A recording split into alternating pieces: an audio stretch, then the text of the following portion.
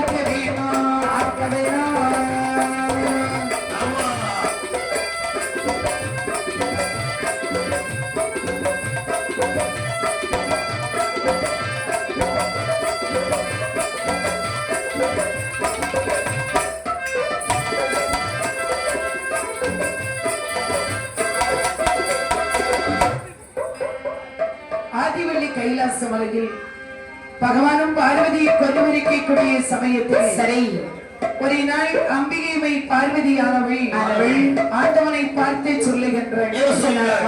இறைவா, முன்னுரைய சமயத்தில் சரி தாங்களுடைய படியளப்பை சோதித்தவையின் காரணத்தால் என்னை அந்த மலையரசனுக்கு மகளாக பிறவி செய்து கொடுத்தீர்கள்.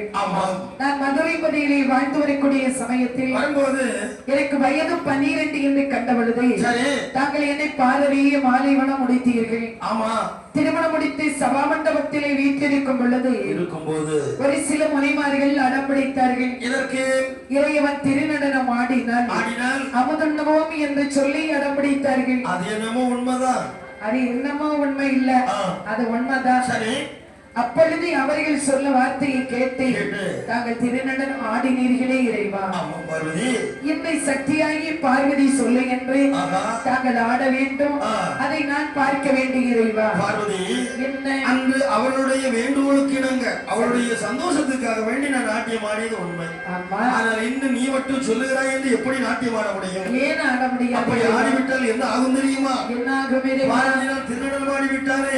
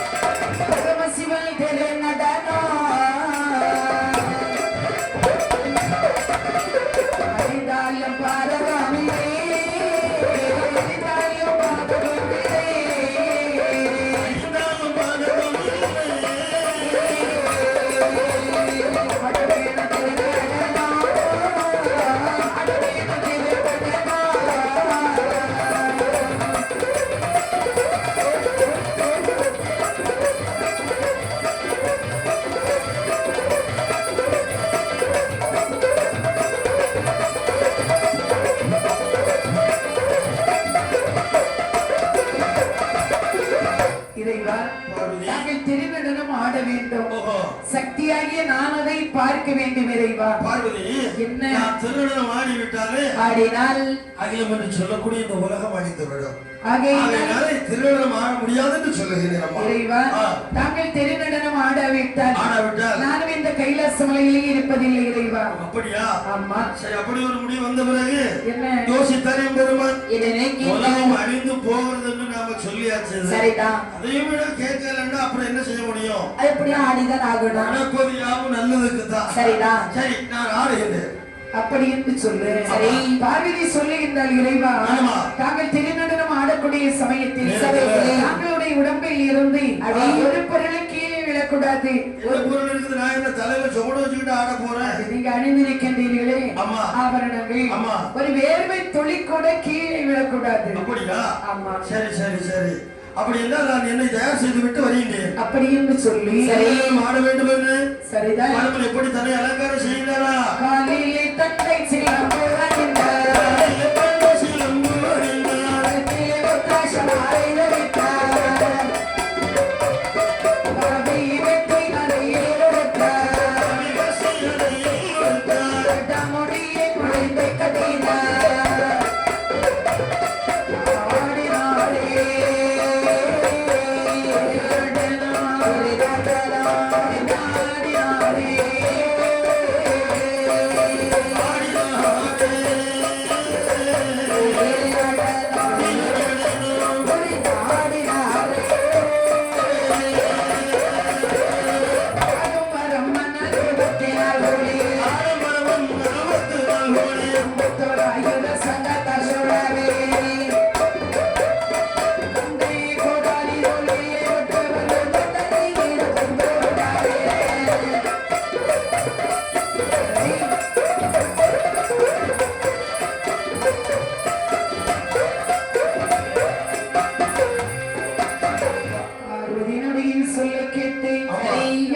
திருநடனம் ஆட வேண்டுமே என்று சொல்லி தன்னை ஒப்பனை செய்து கொள்கின்றார். காவி வேட்டியை உடுத்தார். ஆமா.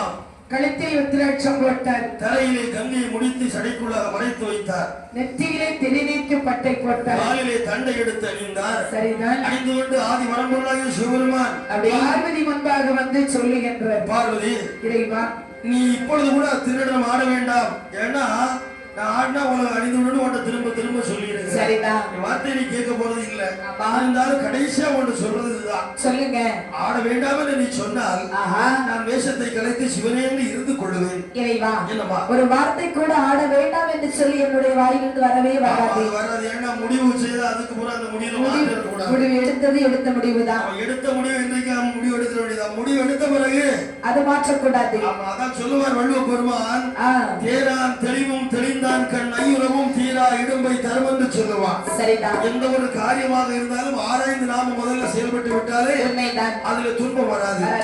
வேலையில இறங்குற பிறகு சரிதான், துணிஞ்சு இறங்குற பிறகு அதுல நாம அப்படியா இப்படியான்னு ஒரு யோசனை வந்துட்டு வச்சுக்கோங்க, அது கண்டிப்பா ஆபத்துல போய் தான் முடியும். சரி, இதுக்கு மேல சொல்லி என்ன ஆக போகுது என்று எம்பெருமான் அந்த கைலாச மலையிலே சரிதான் சிவபெருமான் பார்வதி காணும்படியாக ஆடுகின்றார். ஆட்டம்னு சொன்னா அப்படி ஒரு ஆட்டம். எப்படி ஆட்டம்? ஆட்டம் எப்படிங்கிற எப்படி அந்த, அதாவது இதற்கு மேலும் திருநடனம் ஆட போவது இல்லை என்ற ஒரு முடிவோடு ஆடுகிறார். ஆடிக்கொண்டாரே திருநடனம் ஆடிக்கொண்டாரே ஆடிக்கொண்டாரே ஆடிக்கொண்டாரே திருநடனம் ஆடிக்கொண்டாரே ஆடிக்கொண்டாரே சிவபெருமான் ஆடிக்கொண்டாரே ஆடிக்கொண்டாரே ஆடிக்கொண்டாரே சிவபெருமான் ஆடிக்கொண்டாரே.